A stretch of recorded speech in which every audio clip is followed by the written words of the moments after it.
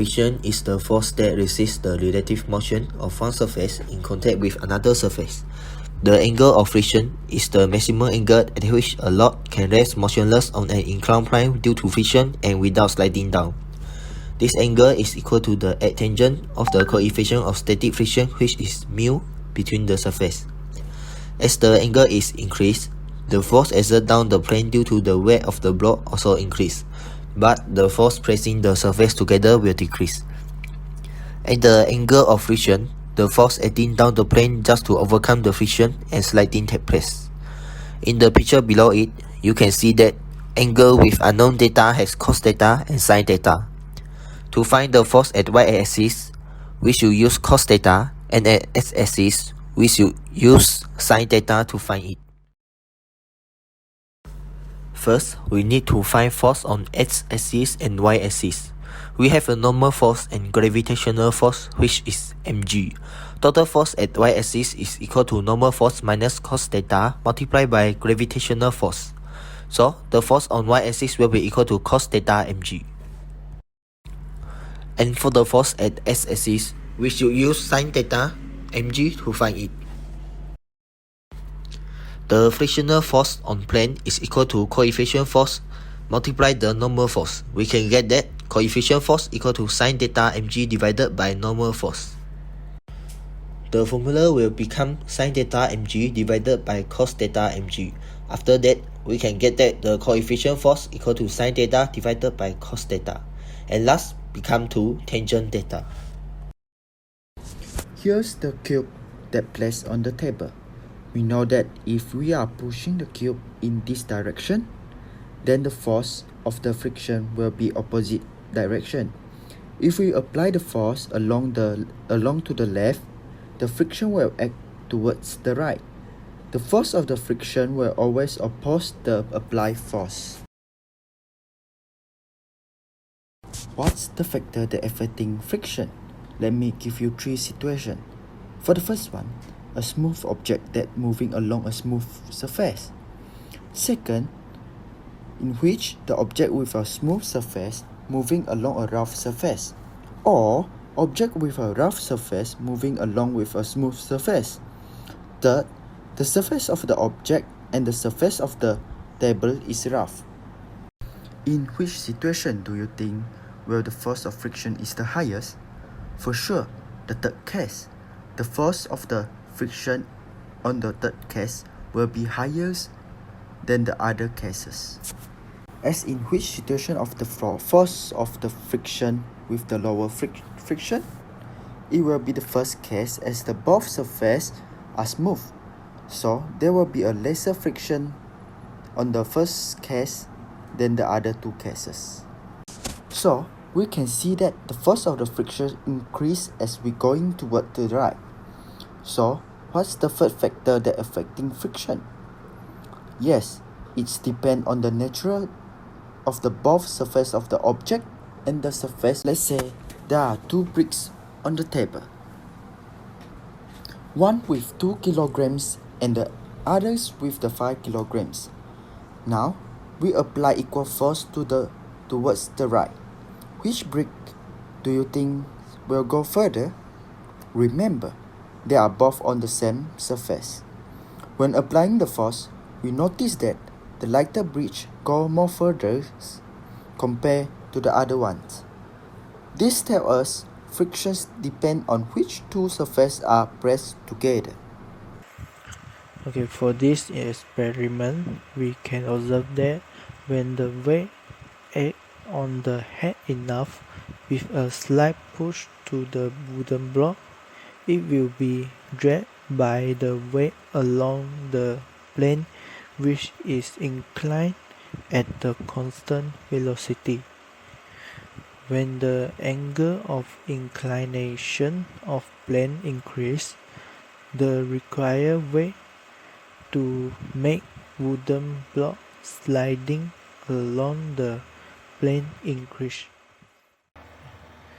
The high speed of wind causes the load P move and moving down not at the true time.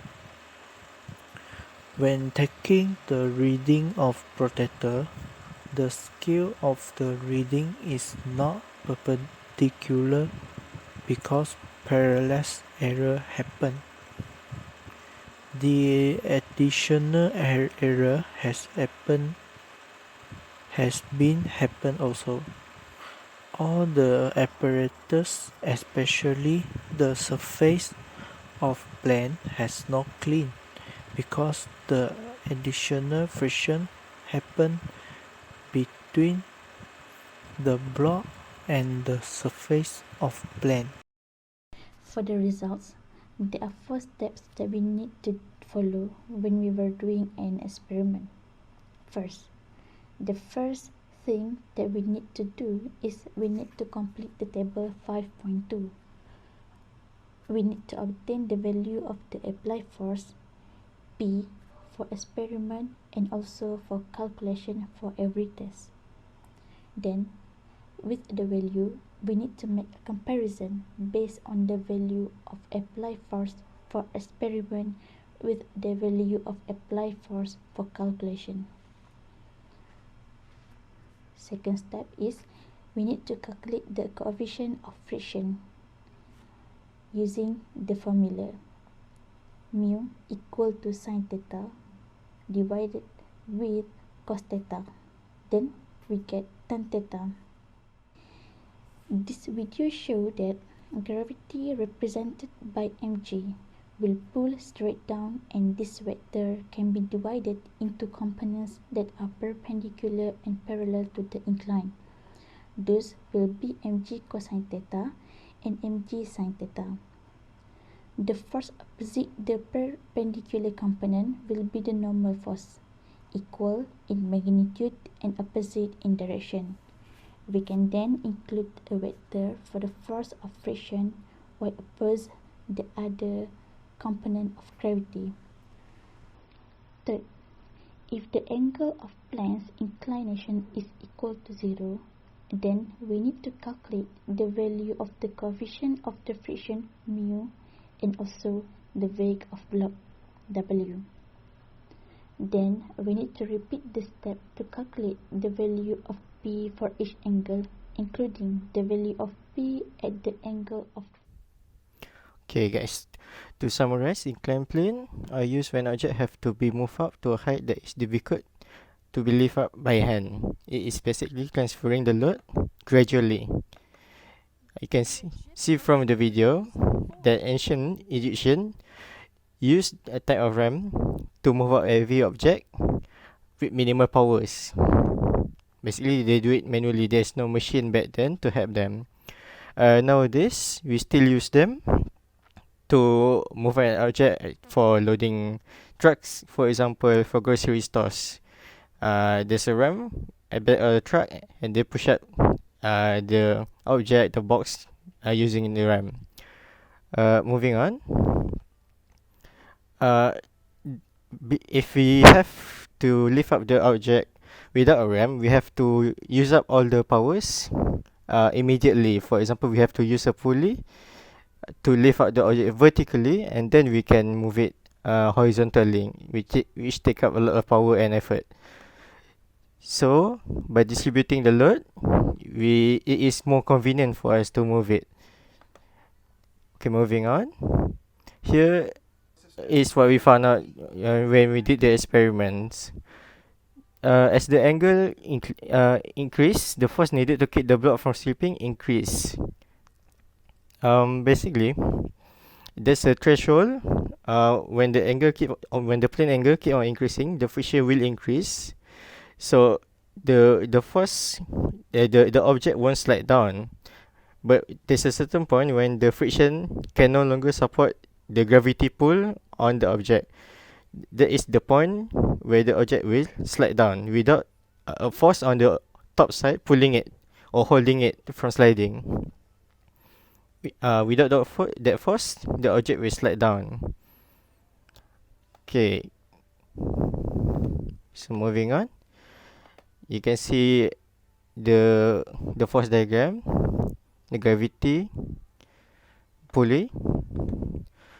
Okay, we found out that when we use a surface area that is smooth, there is less angle we can lift up before the object starts sliding. So technically, if we replace the surface with a grippier texture, we can lift it up at even higher angle. And we also found out that the force required to hold the block from sliding increase as the plane angle increases. It is directly proportional. So where does this affect us in our daily life? The application without using a friction without friction on a RAM make it essentially useless. For example, um, a RAM is used on a flyover. Without a friction, a car will slide down it. It also used to unload stuff from the back of a tipper truck. And as you can see from the last example, a bus with snow on the hill, it have no traction and will slide down. So inclined plane and friction on it is essential for us to make our life more convenient and easier. Thank you for listening. Have a nice day.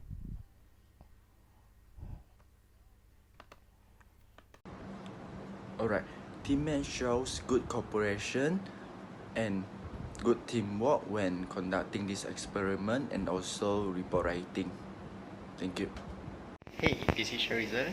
I just want to say that everyone in the group give their cooperation and give their best to the experiment. Thank you. My teammates are very good and very cooperative, especially Peng. He makes our report become better. Hai, nama saya TEOH Leader. Sekarang I buat video ni untuk jawab adakah ahli group anda memberikan kerjasama yang baik sepanjang eksperimen dijalankan. So jawapan saya ialah semua ahli group memang kerjasama lah dan memang best. Thank you. My name is AFIQAH binti RAHIMI and my metric number is CD190241. I would like to thank all of my teammates for giving a great cooperation during the experiment and give a hand to help each other to finish the report. Thank you very much to all of you.